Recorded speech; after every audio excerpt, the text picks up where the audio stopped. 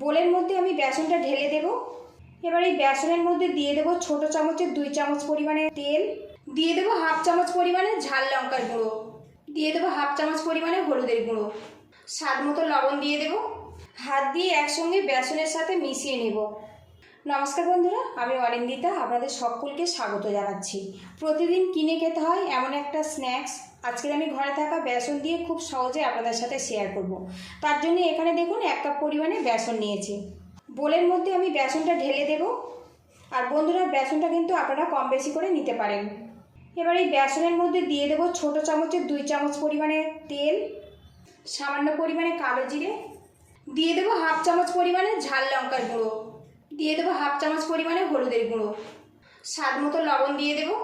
হাত দিয়ে একসঙ্গে বেসনের সাথে মিশিয়ে নেব। আর বন্ধুরা, আজকের রেসিপিটা যদি ভালো লাগে একটা লাইক দিয়ে উৎসাহিত করবেন।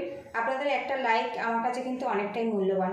আর চ্যানেলে নতুন হয়ে থাকলে চ্যানেলটিকে সাবস্ক্রাইব করে পাশে থাকা বেল আইকনটি প্রেস করে আমার পাশে থাকবেন।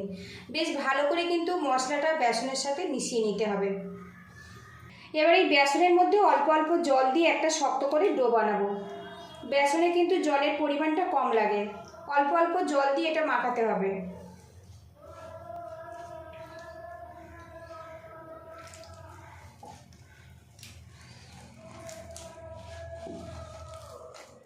আর বন্ধুরা, বেসন মাখাতে গেলে হাতে কিন্তু ভীষণ চিট আসে। সামান্য একটু তেল নিয়ে নেব, নিয়ে আবারও কিন্তু বেসনটা এইভাবে মাখিয়ে নেব। আর বন্ধুরা, পুরো ভিডিওটি দেখতে থাকুন। যখন এই রেসিপিটা আপনারা বাড়িতে বানাবেন তাহলে কিন্তু পারফেক্টভাবে তৈরি করতে পারবেন। এইভাবে বেশ কিছুক্ষণ মাখিয়ে নেব। এখন দেখুন বেসনটা কিন্তু বেশ ভালো মতো মিশিয়ে নিয়েছি আর একটা মসৃণ ডো রেডি করে নিয়েছি। একটা পাত্র দিয়ে ঢেকে রাখবো 10 মিনিট, এতে বেসনটা কিন্তু বেশ ভালো মতো সেট হয়ে যাবে। ঢাকনাটা খুলে নেব। বেসনের মিশ্রণটা আরও কিছুক্ষণ এইভাবে মাখিয়ে নেব। আর বেসনের এই মিশ্রণটা কিন্তু বন্ধুরা একদম কিন্তু শক্ত করে মাখাতে হবে। এবারে এখান থেকে ছোট ছোট করে লেচি কেটে নেব।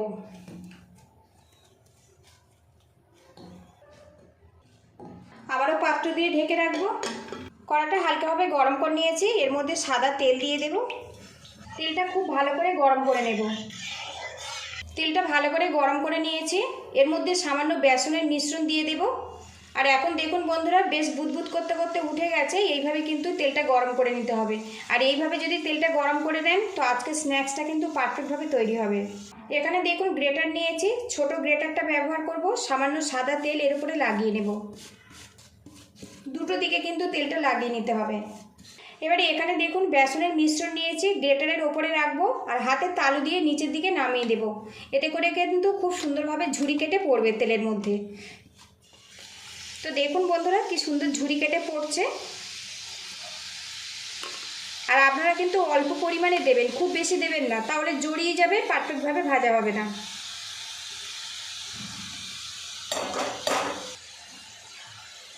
কিছুক্ষণ ফ্রাই করে নিয়েছি, এবার এগুলো আমি উল্টে পাল্টে দেব। আর এখন কিন্তু খুব সুন্দর একটা গন্ধ বেরিয়ে আসছে। একটু ব্রাউন কালার করে ভাজবো, তাহলে বেশ মুচমুচেভাবে তৈরি হবে। আর বন্ধুরা, যখন দেখবেন তেলের বুদবুদটা কমে গেছে তখন কিন্তু এই নাস্তাটা ভাজা কমপ্লিট হয়ে গেছে। এখন দেখুন তেলের বুদবুদটা কিন্তু বেশ কমে গেছে। এবার এগুলো আমি তুলে নেব আর এইরকম ব্রাউন কালার করে ভাজবো, তাহলে কিন্তু বেশ মুচমুচে হবে। আর বন্ধুরা, আজকের আমি ঘরে থাকা বেসন দিয়ে মোটা ঝুরি রেসিপি আপনাদের সাথে শেয়ার করলাম। রেসিপিটা যদি ভালো লাগে তো একটা লাইক দিয়ে উৎসাহিত করবেন। আবারও একটুখানি বেসনের মিশ্রণ নিয়েছি, গ্রেটারের উপর দিয়ে দেব। আর এইভাবে আমি কিন্তু ঘষে ঘষে নিচের দিকে নামিয়ে দেব। আর বন্ধুরা, মুড়ি কিংবা চা কফির সাথে খাওয়ার জন্য এইরকম স্ন্যাক্স কিন্তু বাজার থেকে আমাদের প্রতিনিয়ত কিনতে হয়। ঘরে থাকা বেসন দিয়ে খুব ঝটপট কিন্তু একবার এইভাবে বানিয়ে দেখতে পারেন। বাড়িতে বানালে কেমন হয়েছে অবশ্যই কিন্তু কমেন্ট বক্সে জানাবেন। উল্টে পাল্টে একটু লাল লাল করে ভেজে নেব। আর বন্ধুরা, বেসনের এই ডোটা কিন্তু একটুখানি শক্ত করে মাখাবেন, তাহলে কিন্তু পারফেক্টভাবে তৈরি হবে। সবগুলো ঝুরি এইভাবে রেডি করে ফেরত আসছি। ঘরে থাকা বেসন দিয়ে একদম দারুণ মুচমুচে মোটা ঝুড়ি কিন্তু আমি রেডি করে নিয়েছি বন্ধুরা। আর গ্রেটারটা যদি আপনারা একটু সরু নেন তাহলে কিন্তু ঝুড়িগুলো একটুখানি সরু সরু হবে, আর মোটা নিলে ঝুড়িগুলো এইভাবে মোটা মোটাভাবে রেডি হবে।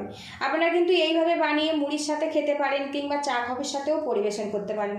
পুরো ভিডিওটির সঙ্গে থাকার জন্য অসংখ্য ধন্যবাদ। ভালো থাকবেন, সুস্থ থাকবেন, দেখা হবে নেক্সট ভিডিওতে। আর বন্ধুরা কতটা মুচমুচে হয়েছে সেটাই আপনাদেরকে দেখাবো। তো দেখুন বন্ধুরা কতটা মুচমুচেভাবে তৈরি হয়েছে। আর এই নাস্তাটা কিন্তু ঠান্ডা করে তবে কৌটোতে ভরে রাখবেন।